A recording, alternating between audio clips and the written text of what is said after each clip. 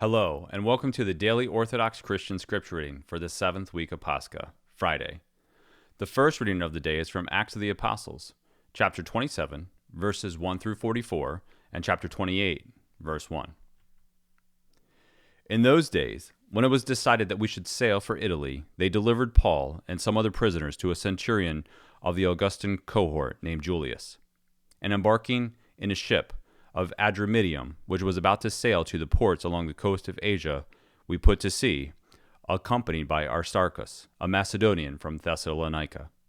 The next day we put in at Sidon, and Julius treated Paul kindly and gave him leave to go to his friends and be cared for. And putting to sea from there, we sailed under the lee of Cyprus, because the winds were against us. And when we had sailed across the sea, which is off of Cilicia and Pamphylia, we came to Myra at Lycia. There the centurion found a ship of Alexandria sailing for Italy, and put us on board. We sailed slowly for a number of days, and arrived with difficulty off Cnidus. And as the wind did not allow us to go on, we sailed under the lee of Crete, off Salmone. Coasting along it with difficulty, we came to a place called Fair Havens, near which the city of Lasea. As much time had been lost, and the voyage was already dangerous because of the fast had already gone by, Paul advised them, saying, Sirs, I perceive that the voyage will be with injury and much loss, not only of the cargo and the ship, but also of our lives. But the centurion paid more attention to the captain and to the owner of the ship than to what Paul said. And because the harbor was not suitable to winter in, the majority advised to put to sea from there, on the chance that somehow they could reach Phoenix, the harbor of Crete, looking northeast and southeast, and winter there. And when the south wind blew gently, supposing that they had obtained their purpose, they weighed anchor and sailed along Crete, close inshore.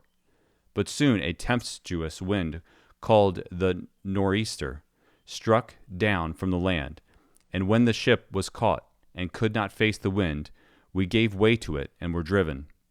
And running under the lee of a small island called Calda, we managed with difficulty to secure the boat. After hoisting it up, they took measures to undergird the ship. Then, fearing that they should run on the Syrtis, they lowered the gear, and so were driven. As we were violently storm-tossed, they began next day to throw cargo overboard, and the third day they cast with their own hands the tackle of the ship.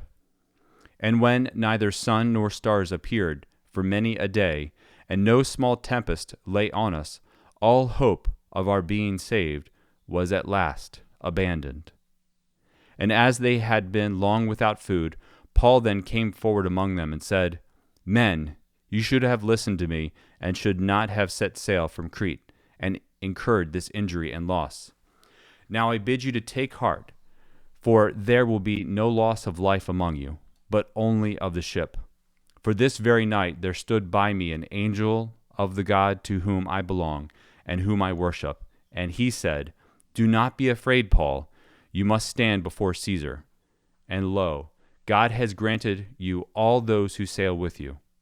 So take heart, men, for I have faith in God that it will be exactly as I have been told. But we shall have to run on some island. When the 14th night had come, as we were drifting across the Sea of Adria, about midnight the sailors suspected that they were nearing land, so they sounded and found 20 fathoms. A little farther on they sounded again and found 15 fathoms. And fearing that we might run on the rocks, they let out 4 anchors from the stern and prayed for the day to come. And as the sailors were seeking to escape from the ship, they had lowered the boat into the sea, under pretense of laying out anchors from the bow. Paul said to the centurion and the soldiers, Unless these men stay in the ship, you cannot be saved. Then the soldiers cut away the ropes of the boat and let it go. As day was about to dawn, Paul urged them all to take some food, saying, Today is the 14th day that you have continued in suspense and without food, having taken nothing. Therefore, I urge you to take some food. It will give you strength, since not a hair is to perish from the head of any of you. And when he had said this, he took bread, and giving thanks to God in the presence of all, he broke it and began to eat. Then they all were encouraged and ate some food themselves. We were in all 276 persons in the ship. And when they had eaten enough, they lightened the ship, throwing out the wheat into the sea. Now when it was day, they did not recognize the land, but they noticed a bay with a beach, on which they planned, if possible, to bring the ship ashore. So they cast off the anchors and left them in the sea, at the same time loosening the ropes that tied the rudders. Then hoisting the foresail to the wind, they made for the beach. But striking a shoal, they ran the vessel aground.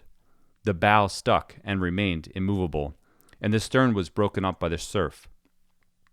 The soldiers' plan was to kill the prisoners, lest any should swim away and escape. But the centurion, wishing to save Paul, kept them from carrying out their purpose. He ordered those who could swim to throw themselves overboard first and make for the land, and the rest on planks or on pieces of the ship. And so it was that all escaped to land. After we had escaped, we then learned that the island was called Malta. And today's gospel reading is from John, chapter 17, verses 18 through 26. At that time, Jesus lifted up his eyes to heaven and said, "As you, Father, did send me into the world, so I have sent them into the world.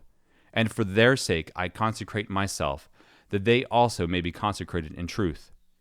I do not pray for these only, but also for those who believe in me through their word, that they may all be one, even as you, Father, are in me, and I in you, that they also may be in us, so that the world may believe that you have sent me. The glory which you have given me, I have given to them, that they may be one, even as we are one, I in them and you in me, that they may become perfectly one, so that the world may know that you have sent me and have loved them even as you have loved me. Father, I desire that they also, whom you have given me, may be with me where I am, to behold my glory which you have given me in your love for me before the foundation of the world. O righteous Father, the world has not known you, but I have known you, and these know that you have sent me. I made known to them your name, and I will make it known, that the love which you have loved me may be in them, and I in them." Thank you for listening. Let the brightness of the Lord our God be upon us, and direct the works of our hands to do good. See you tomorrow.